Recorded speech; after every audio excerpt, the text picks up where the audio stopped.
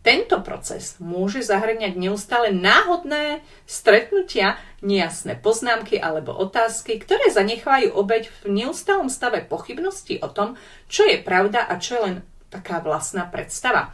Skresľovanie reality môže viesť k takému vážnemu zhoršeniu psychickej pohody obete, pretože sa obeť začne cítiť zmetene, psychicky unavene a neschopná veriť vlastnému úsudku. Navyše, narcisti majú tendenciu rozpoznať slabé miesta obetí a cielene sa na ne zamerať. Preto ich nazývam aj emocionálnymi predátormi. Tento pozorovací mechanizmus im umožňuje vykonávať prieskum a sledovanie správania iných ľudí. No a potom prostredníctvom získaných informácií o obeti sa narcisti často uchýľujú k vytváraniu emocionálnej závislosti, a to napríklad tak, že narcista sa bude snažiť